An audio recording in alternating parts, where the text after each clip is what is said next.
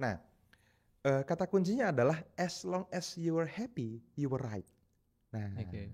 saya yakin Keanu dalam kondisi yang memang happy banget ngejalanin Berkontribusi hidupnya. seperti itu Ya, gitu ya kan. berkontribusi dengan caranya seperti itu. Dan kita, Mm. menurut saya, kita nggak berhak mempertanyakan gimana dengan orang-orang terdekatnya dia, saudara dia, keluarga intinya dia, segala macam.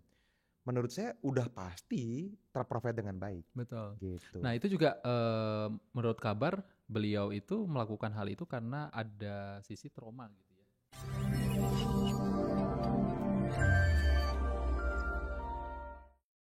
Halo teman-teman Kedamaian ID, welcome back ya. Welcome back. Masih bersama Mas Faldi dan saya.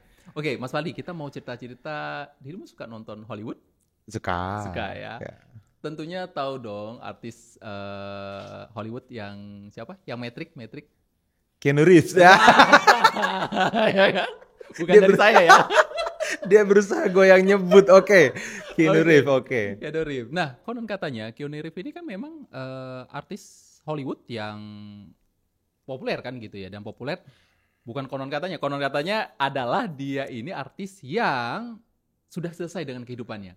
Oh iya. Artinya dia sudah, jadi gini, dia punya income, punya pendapatan yang hampir semuanya, kalau nggak salah semuanya itu pendapatannya, income-nya itu diserahkan ke foundation gitu ya. Buat amal gitu. Jadi ya dia hidup sangat-sangat sederhana Mas Fadli.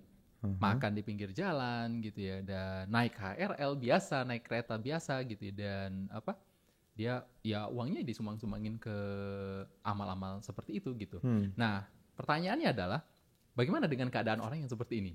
Dia dengan sudah selesai dengan keadaan yang seperti itu, harusnya kan kita, mungkin ada banyak juga teman-teman mungkin yang berpikir bahwa kenapa disumbangkan seperti itu? Gimana dengan anak famili dan saudara-saudaranya mungkin kan gitu ya. Lebih baik kalau misalnya mau disumbangkan ke mereka gitu. Kenapa harus mengorbankan diri sendiri gitu. Oke. Nah, ya kita nggak perlu mendebat ya. Pasti duitnya banyak banget dia. Kan gitu ya. Artis Hollywood. Cuman gini, seringkali ketika kita sudah di dalam kondisi yang sangat berkelimpahan, apalagi dari sisi finansial, Mas Teguh, itu terlihat di permukaan kaya, aslinya kaya banget.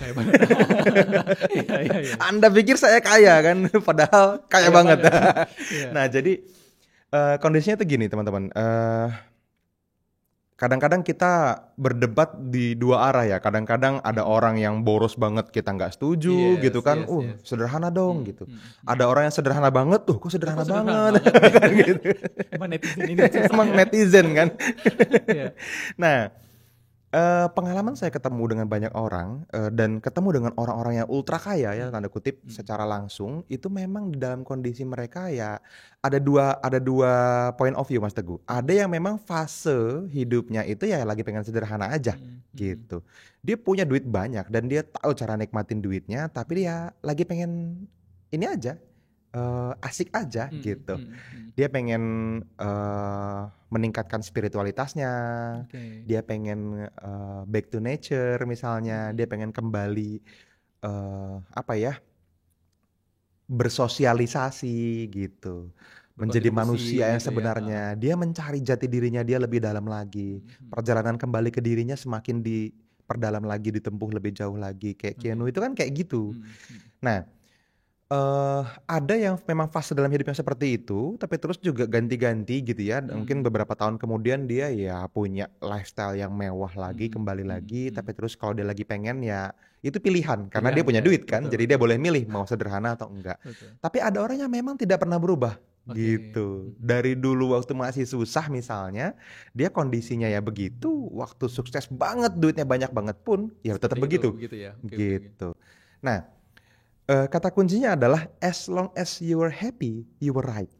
Nah, saya yakin Keanu dalam kondisi yang memang happy banget ngejalanin hidupnya.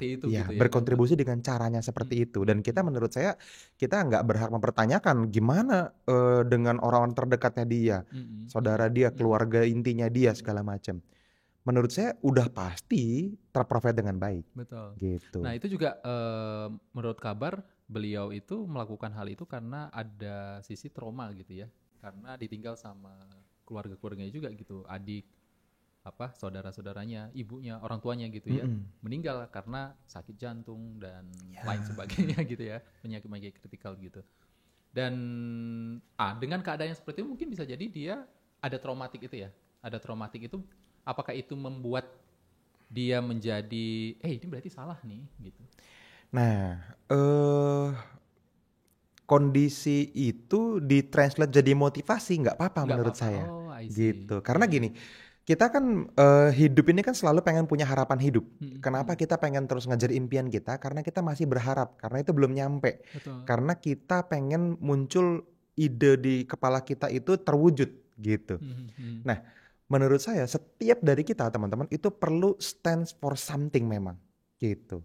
Nah, kalau dalam kasusnya Keanu Reeves ini, mungkin dia dalam kondisi di mana memang ada pola trauma gitu ya, yang terjadi di masa lalu, kejadian traumatik, yang bikin dia bertekad sebanyak apapun gue pengen usahain untuk penghikmatan, kan gitu ya, untuk kemanusiaan, betul, untuk kontribusi gitu. Betul. Nah dalam prosesnya dia belajar acting dengan baik, dia upgrade dirinya dengan cara yang terbaik gitu kan, dia cari mentor yang terbaik, dia naik bener-bener karirnya dengan signifikan.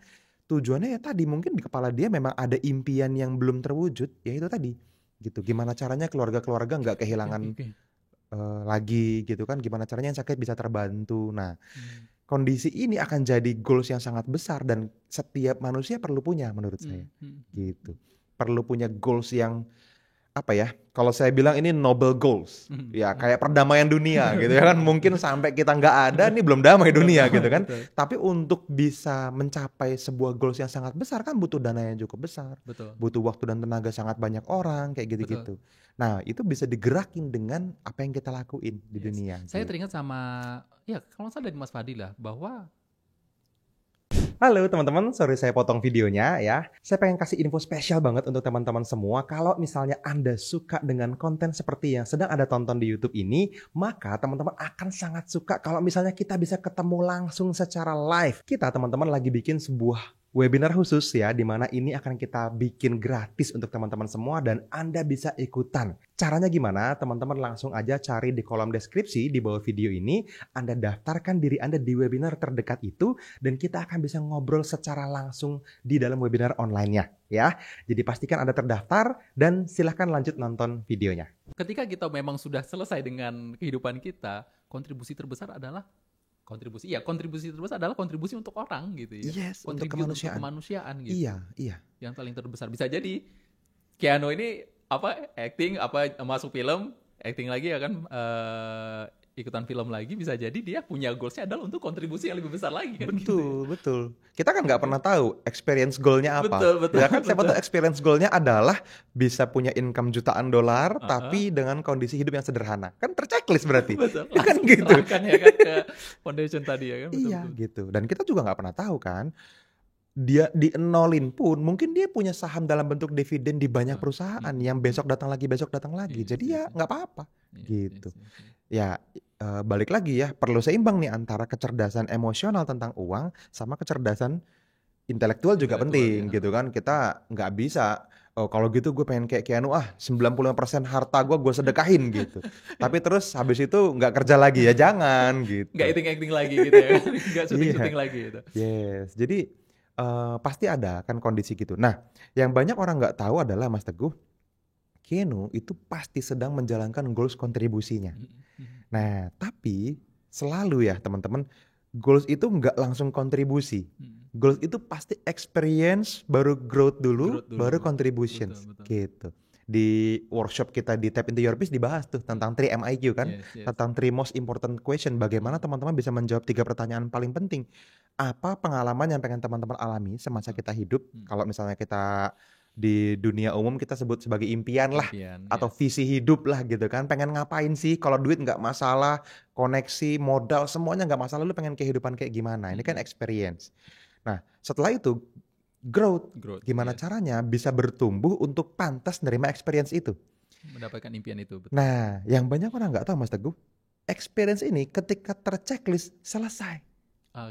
Tapi contribution ini checklistnya panjang tanpa akhir. Nah, sehingga kita bisa seumur hidup nambahin terus checklist contribution, semakin gede, semakin banyak, semakin luas manfaatnya, walaupun experience-nya udah terchecklist.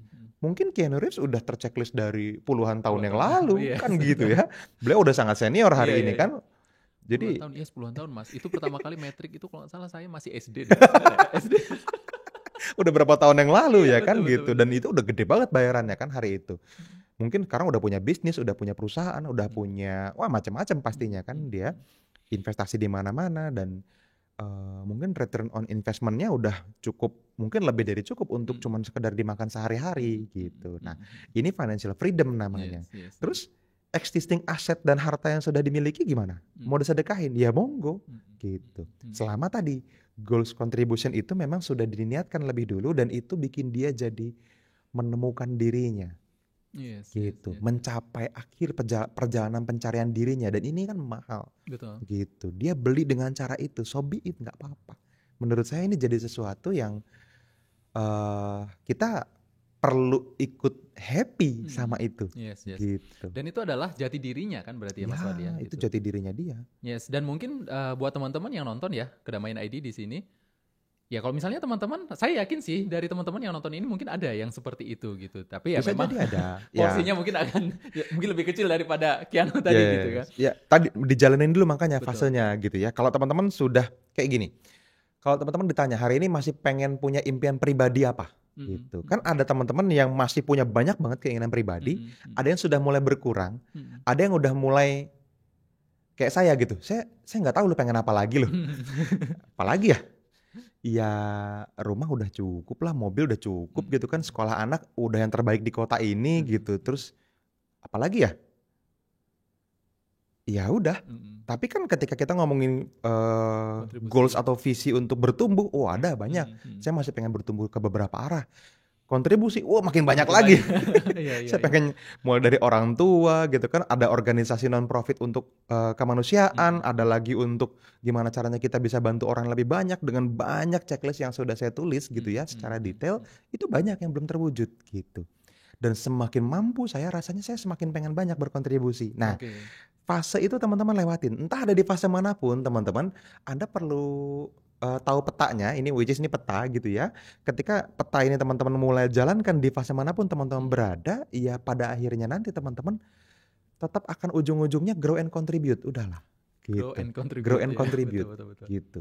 Tinggal seberapa cepat teman-teman menuju ke sana, ya teman-teman punya tanggung jawab tanda kutip untuk bisa muncul dengan versi yang terbaik. Makanya ya edukasi diri kita, konsumsi materi edukasi sebanyak mungkin, sebaik mungkin yang kualitasnya terbaik yang teman-teman mampu beli misalnya, mampu akses gitu. Belajar dari orang-orang terbaik di planet ini misalnya gitu. Itu jadi tanggung jawab kita untuk bisa grow and contribute. Sisanya experience tuh akan ngikutin udah. Ya. Betul. Akan terchecklist ya cepat atau lambat. Betul. Gitu. Bedanya mungkin ada orang yang di experience aja nggak kelar-kelar Mas Teguh.